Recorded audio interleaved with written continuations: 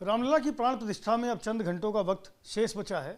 इसे लेकर के देश विदेश से राम भक्तों का तांता अयोध्या में लग रहा है और इसी में से एक राम भक्त हैं यूपी के डिप्टी सीएम केशव प्रसाद मौर्य, जो अयोध्या पहुंचे हुए हैं। लगातार मैं देख रहा हूं केशव जी, अयोध्या का दौरा आपका जारी रहा है। अब तो प्राण प्रतिष्ठा होने जा रही है। अगर मैं बात करूं केशव प्रसाद मौर्य के लिए व्यक्तिगत रूप से दिन कितना बड़ा है, तो क्या कहेंगे? देखिए, मेरे जीवन के लिए सबसे बड़ा दिन अगर कोई कहा जाएगा तो वो 22 जनवरी 2024 कहा जाएगा, क्योंकि 22 जनवरी 2024 को भगवान श्री रामलला अपने जन्म स्थान पर विराजमान होने जा रहे हैं 500 वर्ष के बाद। और यह सुखद दिन, संघर्ष 77 बार के हैं, बलिदान अनगिनत हैं, आंदोलन को नेतृत्व देने वाले अनेक हमारे पूज्य साधु संत और मेरे श्वेत वस्त्रधारी संत परम पूज्य अशोक सिंघल जी हैं। लेकिन भारत के वर्तमान प्रधानमंत्री 23 सितंबर 1990 को जो सोमनाथ से यात्रा आदरणीय आडवाणी जी की अगुवाई में चली थी और 30 अक्टूबर को अयोध्या पहुंचना था, उस यात्रा के सूत्रधार माननीय नरेंद्र मोदी जी थे। उन्होंने देश के राम भक्तों का दर्द देखा है, उनके भक्ति के भाव को देखा है और रामलला के जन्म स्थान पर खड़े हुए कलंकित ढांचे को देख करके जो गुस्सा लोगों को था उसको उन्होंने अनुभव किया। और जब 2014 में देश की जनता ने, देश के राम भक्तों ने, राष्ट्र भक्तों ने माननीय नरेंद्र मोदी जी को पूर्ण बहुमत के साथ देश की बागडोर सौंपी, फिर दूसरी बार 2019 में बागडोर सौंपी, तो यह सारे संघर्ष का परिणाम, यानी पूरे जो मंथन का जो अमृत है वह निकाल करके देने का काम मेरे प्रधानमंत्री मोदी जी ने किया है। मेरे पास शब्द नहीं है कि प्रधानमंत्री जी के प्रति कैसे कृतज्ञता ज्ञापित करूं, लेकिन कल 22 जनवरी 2024 यह बहुत बड़ी तिथि है। इसका इंतज़ार केशव प्रसाद जैसा राम भक्त ही नहीं, देश के कोटि कोटि राम भक्त कर रहे हैं। इंतज़ार की खुशी इतनी ज़्यादा है कि लगता है 22 जनवरी का वह शुभ मुहूर्त कब आ जाए और रामलला के जन्म स्थान पर प्राण प्रतिष्ठा का समारोह संपन्न हो जाए। कब टाट में रहने वाले मेरे भगवान श्री रामलला ठाठ से रहने के लिए अपने भव्य मंदिर के अंदर आ जाएं, इसका इंतजार एक एक राम भक्त कर रहा है, केशव प्रसाद मौर्य भी कर रहा है। केशव प्रसाद मौर्य आज सिर्फ बोलेंगे नहीं, आज कुछ सुनाएंगे भी। देखिए, रघुकुल रीत सदा चली आई, प्राण जाए पर वचन न जाई। और श्री रामचरितमानस में जो कुछ चौपाइयाँ हैं जिसमें विशेष तौर से भगवान श्री रामलला के बारे में कहा जाता है, वो प्रकट रूप में आए थे, भगवान साक्षात थे कि भय प्रकट कृपाला दीन दयाला कौशल्या हितकारी हर्षित महतारी मुनि मनहारी अद्भुत रूप विचारी। ऐसे अनेक हैं जो मैं कहता रहूँगा। प्रभु से नगर की जय सब काजा हृदय राख कौशलपुर राजा। और जाकी रही भावना जैसी प्रभु मूरत देखी तिन तैसी। और हनुमान जी महाराज का यहाँ पर स्थान है। भगवान श्री राम के काज के लिए श्री हनुमान जी महाराज सदैव तत्पर रहते हैं, चाहे वह 6 दिसंबर 92 की कार सेवा हो, चाहे 30 अक्टूबर और 2 नवंबर का कार सेवकों का अयोध्या आगमन और फिर कार सेवकों की निर्मम हत्या जिन लोगों ने की है वह सारा समय रहा हो। मैं यह मानता हूँ कि ये सारी जो रामलीला है, जो राम कथा है, जो इस पूरे आयोजन को मैं इसी रूप में देखता हूँ कि हनुमान जी ने अपने हाथों में ले रखा है। प्रधानमंत्री माननीय नरेंद्र मोदी जी के मार्गदर्शन में जहाँ अंतर्राष्ट्रीय हवाई अड्डा महर्षि वाल्मीकि जी के नाम को समर्पित किया गया है, वहीं अयोध्या धाम रेलवे का ऐसा अंतर्राष्ट्रीय स्तर का जो रेलवे स्टेशन बनाया गया है, पूरे अयोध्या धाम को स्वर्ग जैसा सुंदर बनाया गया है। कलयुग में त्रेता युग जैसा यहाँ का माहौल आज देखने को मिल रहा है और राम भक्त अति उत्साह में हैं। मतलब उनके उत्साह को मैं प्रणाम करता हूं। और जैसा कि प्रधानमंत्री जी ने कहा है, सब लोग श्री राम ज्योति से 22 जनवरी को जब रामलला विराजमान होंगे तो अपने घरों में दीप जला करके, श्री राम ज्योति जला करके दीपावली मनाएं।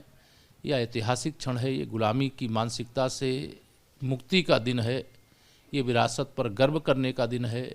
भगवान श्री राम केवल भगवान राम ही नहीं है, वो संपूर्ण राष्ट्र हैं और सभी ने उनको मान्यता देने का काम किया। अगर संविधान की मूल प्रति को निकालने का काम करें तो उस मूल प्रति में भगवान श्री राम का दरबार सजा हुआ है, आप सब जानते हैं। लेकिन आज ऐसे भी कुछ राजनीतिक नेता हैं जो भगवान श्री रामलला के जन्म स्थान पर 500 साल बाद प्राण प्रतिष्ठा समारोह को बायकाट कर रहे हैं, निमंत्रण को ठुकरा रहे हैं। इससे निश्चित तौर से मैं भी एक राम भक्त के रूप में आहत हूँ और एक राम भक्त इसके कारण से आहत है। और जो विरोधी दल के लोग हैं वो भाजपा का विरोध करते करते, मेरे प्रधानमंत्री मोदी जी का विरोध करते करते भगवान श्री राम के विरोध पर उतर आए हैं। इसका जवाब मुझे पूरा विश्वास है देश का राम भक्त कड़ाई से देने का काम करेगा। जो चौपाइयाँ, जो स्तुतियाँ आपने सुनाई, उनमें 2 लाइनें ये भी आपने कही, जाकी रही भावना जैसी। तो ये संदेश किसके लिए? ये संदेश जिनके लिए है वो समझते हैं, लेकिन जो मैं चूँकि भगवान श्री राम का भक्त हूँ, श्री रामचरितमानस का पाठ अनेक बार करने का सौभाग्य प्राप्त हुआ है, तो उसमें 2 चौपाइयाँ ऐसी रहती हैं।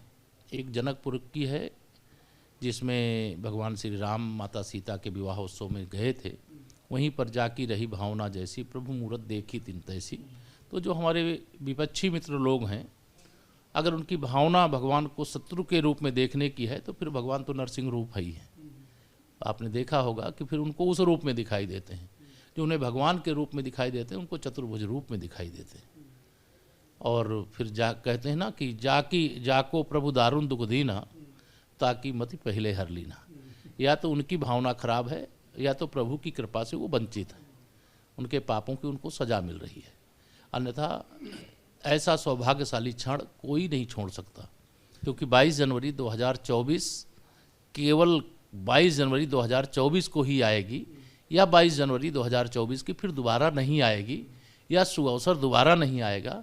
जो इस सुखद अवसर को गंवा दे रहे हैं उनका दुर्भाग्य ही प्रकट हो गया, ऐसा मैं मानता हूँ। आपने बताया किस तरह से राम मंदिर को बनाने के लिए संघर्ष किया गया। कार सेवा में आप न केवल देखी कार सेवा बल्कि उसमें शामिल भी हुए। आज ये कहा जा रहा है कि 1990 में जो हुआ था वो कोर्ट के आदेश पर यथास्थिति बनाए रखने के लिए किया गया था। कार सेवों को पर जो गोली चलाई गई थी उसको लेकर के समाजवादी पार्टी के नेता कुछ जस्टिफिकेशन दे रहा है। क्या लगता है ये बयान किस तरह से लेते हैं? ये बयान राम भक्त कार सेवकों के घाव जो ढक गए थे, भर गए थे, उनको कुरेदने का काम, या कह लीजिए उन घावों में फिर से नमक डालने का काम किया जा रहा है, मिर्च डालने का काम किया जा रहा है, या राम भक्तों को चिढ़ाने का काम किया जा रहा है।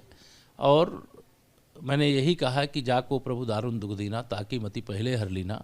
राम भक्तों का जो खून बहा, राम भक्तों का जो बलिदान हुआ, राम लला के मंदिर के लिए जो संघर्ष हुआ, एक नहीं अनेक संघर्ष हुए, वह संघर्ष का परिणाम तो आज सबके सामने है। रामलला का भव्य मंदिर बनके तैयार हो गया।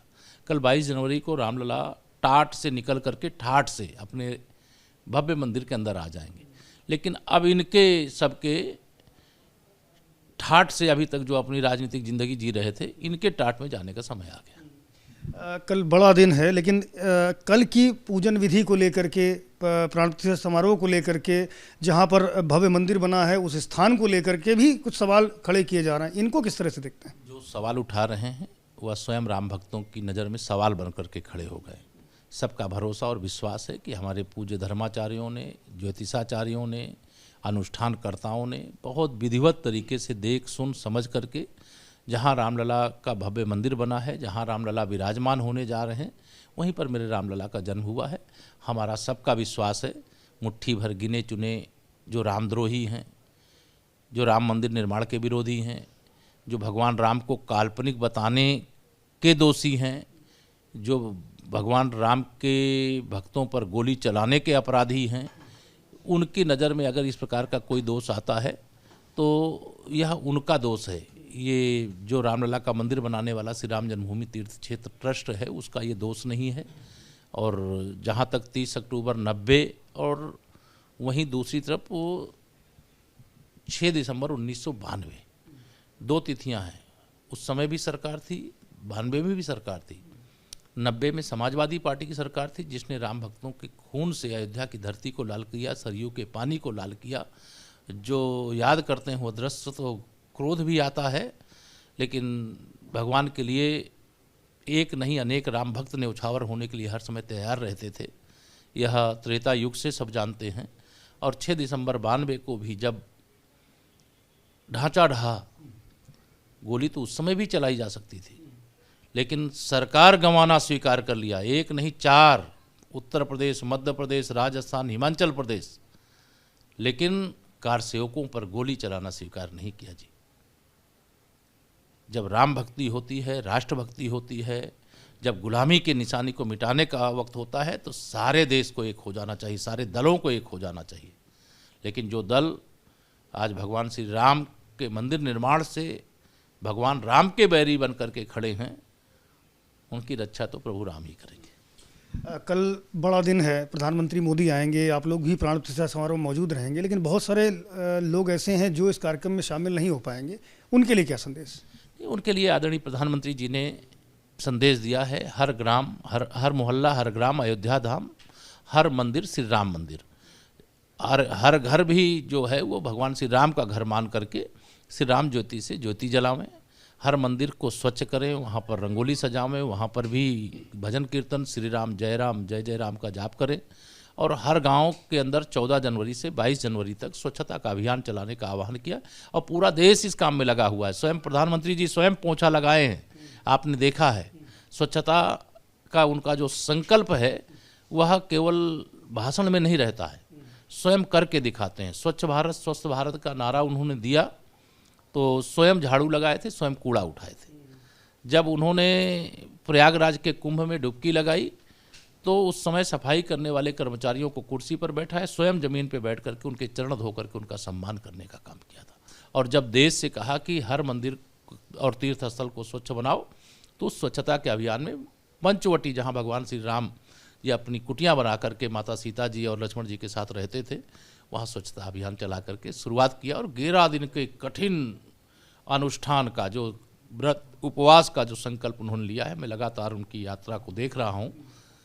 ऐसा राम भक्त मैं यही कह सकता हूँ, ना हुआ है ना है, होगा कि नहीं होगा मैं जानता नहीं। ऐसी राम भक्ति, जब राष्ट्र धर्म का भी पालन करना और राम धर्म का भी पालन करना, ये दोनों काम मेरे प्रधानमंत्री मोदी जी कर रहे हैं। बहुत शुक्रिया हमसे बात करने के लिए। केशव प्रसाद मौर्य हैं जो बता रहे हैं कितना लंबा संघर्ष था आज का दिन देखने के लिए। अब वो घड़ी आ गई है, पूरा देश ही नहीं पूरे विश्व में खुशी की लहर है। कैमरामैन प्रेम सिंह के साथ संजय त्रिपाठी, ABP न्यूज़, अयोध्या।